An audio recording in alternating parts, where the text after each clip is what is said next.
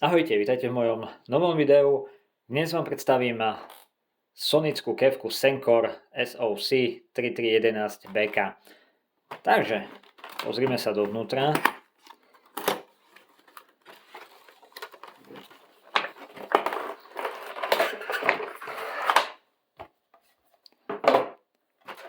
Okrem kefky tu máme samozrejme záručný list a veľkú príručku, ktorá obsahuje samozrejme aj slovenský a český jazyk niekde určite. Áno. Čo nájdeme ďalej v balení? Začnem nabíjačkou, teda stojančekom. Je to klasika ako pri všetkých elektrických alebo sonických zubných kefkách. Výhoda je, že to plne podporuje 100 až 240 V, takže si môžete aj cestovať, ale myslím, že nebudete, uvidíte neskôr prečo.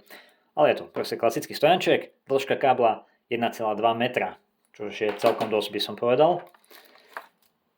Ďalšie, čo tu nájdeme, je USB kábel, ale o tom neskôr. Senkor nám dáva dve základné kefky, teda hlavice alebo hlavy. Tu máme kefku samotnú, ja len rýchlo vyberiem, ukážem.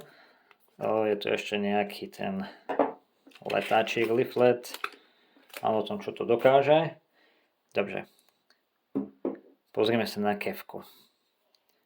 Pekný dizajn, krásna čierna farba, lesklá, čo znamená, že ak máte tvrdú vodu napríklad, bude to na nej dosť vidieť, ale tak samozrejme je to odpustiteľné. A veľmi zaujímavá vec, je veľmi ľahučká. Akože je naozaj veľmi ľahká, keď som bol v obchode a skúšal som niektoré iné od známejších značiek, alebo respektíve povedzme drahších značiek, boli ťažšie.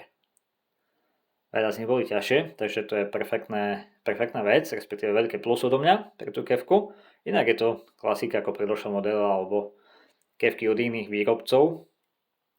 O kefke ešte trošku neskôr, pozrieme sa na tú poslednú vec, čo tu máme v balení. A to je cestovné púzdro. Preto som aj povedal, že možno nebudete potrebovať stojanček, keď cestujete. Toto je inak perfektná vec, ktorú som zatiaľ videl asi len u Senkoru, a u niektorých ďalších značiek tiež, ale tie púzdra nedokázali to, čo toto. Za toto má Senkor veľmi veľké plus odo mňa. Je to nabíjateľné púzdro v prvom rade, tu je micro USB port, a ako škoda, že je to micro USB, mohlo to byť už C, ale nevadí. Do púzdra si vieme pekne krásne dať kefku a taktiež sa sem vojdu dve hlavice. Jedna sem, druhá sem a veľmi podstatná vec, ako môžete vidieť, tu je UV sterilizátor hlavice, čo je absolútne perfektné. Takže, keď cestujete, tento obal s kefkou dve hlavice, alebo ak nepotrebujete dve hlavice, stačí jedna a tu je vlastne, to miesto je dostatočne veľké, aby ste si tu vedeli dať aj jednu tú malú cestovnú zubnú pastu, čo sú tie také maličké, perfektne sa to sem zmestí, aspoň takto deklaruje Senkor, ale myslím, že na oko áno, malo by sa tu zmestiť. A k tomu samozrejme tento micro USB kábel, ktorý je pridaný v balení. Samozrejme na jednej strane je to klasické USB Ačko, na druhej micro USB, takže si to viete dať do akékoľvek nabíjačky, od mobilného telefónu alebo kľudne do powerbanky aj, alebo do laptopu kdekoľvek.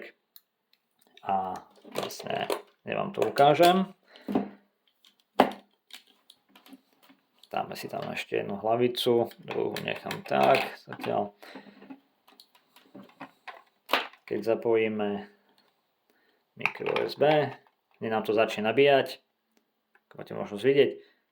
Kontrolka batérie sa rozsvietí na červeno a vlastne tieto popisy programu začnú sa rozsvecovať, ako to máte možnosť vidieť, podľa toho, ako sa kefka nabíja. UV sterilizátor momentálne je off, teda je vypnutý.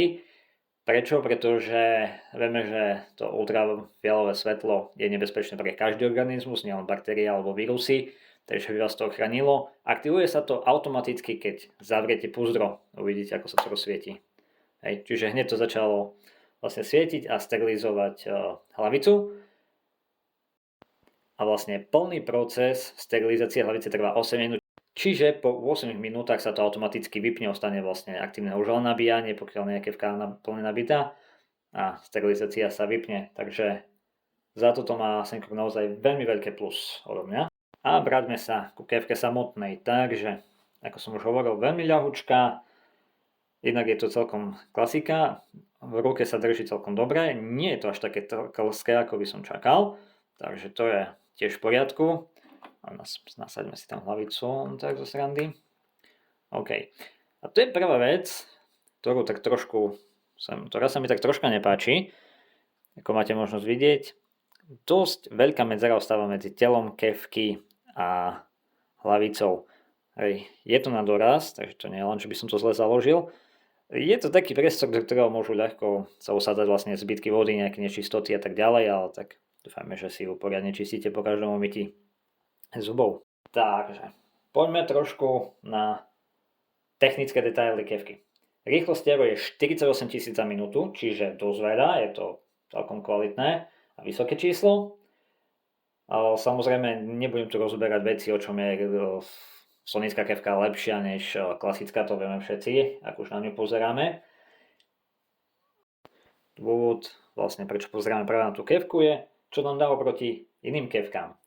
Čiže máme tu dve tlačidlá, jedno je na zapnutie samozrejme, ako môžete vidieť. To máme vlastne popisy programov, ktoré to ponúka. Prvý je clean, čiže na klasické alebo povedzme poriadne čistenie zubov. S týmto tlačidlom si meníme programy. Ďalší v poradí je white, ktorý sa využíva hlavne na bielenie zubov. Ďalej tu máme polish, nie sú to naši severní susedia, je to vlastne doslova v preklade je to akoby leštenie. V podstate na kefke to znamená, že sa jedná o veľmi vysokú frekvenciu vlastne tých vibrácií, takže je to fakt na také jemné hĺbkové čistenie, ale tým myslím, že je jemné dôkladnejšie. Ďalšie v poradí je masáž. To asi aj počujete, ako to rozdielne vibruje.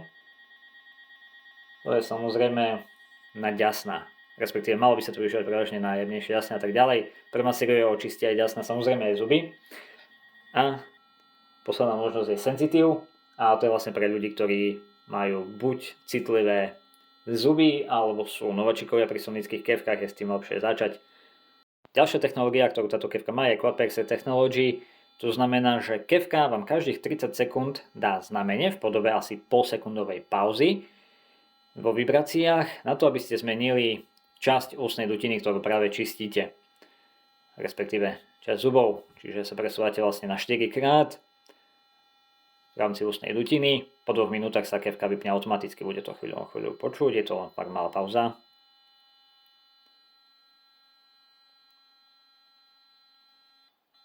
Teraz. Tak len maličká pauzička, myslím, že viacerí výrobcovia používajú tú istú technológiu znamenia, ale nevadí, Sencrook si dal na to nejaké vlastné meno. Ďalšia vec je, ak sa hýbeme medzi týmito módmi, white a polish sú trošku hlučnejšie, ale celkovo maximálna hlučnosť kefky neprekročí 65 decibelov. Skúšal som aj iné kefky v obchodoch a úprimne celkom to sedí, lebo niektoré kefky od tých aj známejších výrobcov, alebo drahších nazvime to, boli hlučnejšie. Takže asi tak. A zo pár posledných, ale nemenej dôležitých faktov.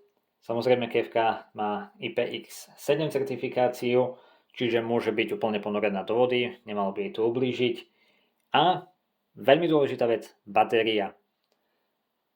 Sencrook deklaruje 45 dní výdrže batérie, čo znamená v podstate pri dennom používaní 45 dní. V normálnych číslach, lebo niekto si možno bude čistiť na 2-krát, niekto si čistí 5-krát denné zuby, takže v podstate je to 180 minút na plné nabitie kefky. A plné nabitie kefky je samozrejme niekoľko hodín, ale nevadí. S takýmto pozdrom sa nemusíte bať ani na dovolenke. Takže to je všetko o tejto kefke. Samozrejme musím vyzdvihnúť teda, s čím som spokojný a nespokojný. Páči sa mi ten dizajn, ale bojím sa toho, že ľudia s tvrdou vodou budú stále vidieť, hej, tie biele fľačiky na nej. To je jediné minus. Plusov má veľa a začnem tým púzdrom. UV sterilizácia, proste na cesty je to ako stvorené. Cena versus kvalita, veľmi veľké plus, lebo táto kefka vám dá to, čo vám dajú aj drahšie kefky za zlomok ich ceny, takže to je perfektné. Samozrejme, na stránke Senkoru si môžete pozrieť aj iné hlavice ku kefke, takže nielen tieto sa dajú kúpiť časom. Toto je vlastne tá základná hlavica, ktorá je v balení, ale Senkor ponúka aj iné modely pre možno lepšie bielenie a tak ďalej. A samozrejme váha je tiež perfektná, to sú plusy z mojej strany k tejto kefke. Samozrejme vydrž batérie 180 minút je naozaj perfektná výdrž. Takže to je všetko. Ďakujem vám za sledovanie videa. Ak sa vám video páčilo, prosím dajte subscribe a vidíme sa na budúce. Majte sa.